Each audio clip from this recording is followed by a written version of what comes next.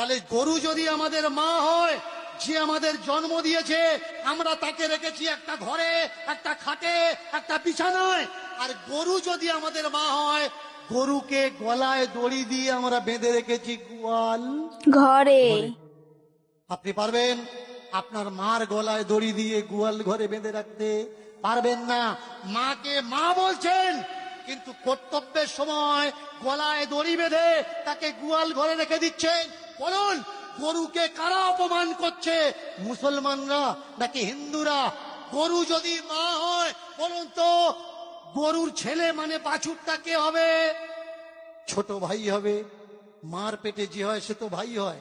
এবার বলুন, গরুর বাছুর হলে, বাছুরটা যদি আমার ছোট ভাই হলো, 21 দিন পরে গিয়ে প্রথম দোয়াটা কতদিন দেন? কতদিন পরে দেন? 21 দিন না? তাহলে আপনার মা যদি আপনার ছোট ভাইকে জন্ম দিত, 21 দিন পরে আপনার ছোট ভাইয়ের গলায় দড়ি দিয়ে পাশে বেঁধে রেখে আপনার মায়ের জননীর গর্ভধারিণীর দুধ দুয়ে বিক্রি করতে পারতেন? আমাকে বলবেন না যে আমি হিন্দু ধর্মের অপমান করছি।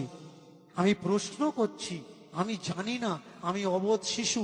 আপনাদের কাছে জানতে চাচ্ছি কোনটা করা উচিত আর কোনটা করা উচিত নয়। বলুন তো, গরু যদি আমাদের মা হবে, অনেকে বলে গরু দুধ দেয়, গরু দুধ দেয়।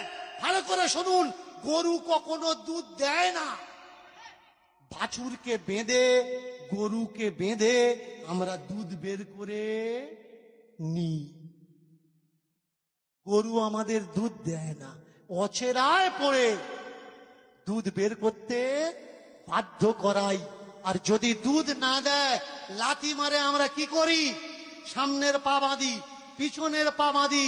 বলুন, যাকে মা বলে ডাকছেন, এই ব্যবহারটা যার সঙ্গে দিচ্ছেন, সত্যি কি ঠিক ব্যবহার দিচ্ছেন?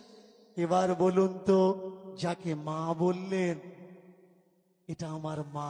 এনার কথাগুলো নিয়ে আপনারা কমেন্ট বক্সে মতামত জানাবেন। যারা হিন্দু ধর্মের আছেন, গরুকে মা বলেন, তাতে আমাদের কোনো আপত্তি নেই।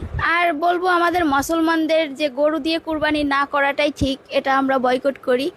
আমাদের হাদিসে আছে ইসলাম ধর্মে যে আমরা কুরবানি করতে পারি উট, দুম্বা, খাসি এগুলা দিয়ে। তো উনি যে কথাগুলো বলছেন যে গরুকে আমরা মা বলি, গরু যখন দুধ দেওয়া বাদ দেয়, তখন আবার কিন্তু সেই মাকে এই লাথি দিয়ে বের করে দেয়, মানে হচ্ছে মুসলমানদের হাতে দিয়ে দেয় জবাইয়ের জন্য।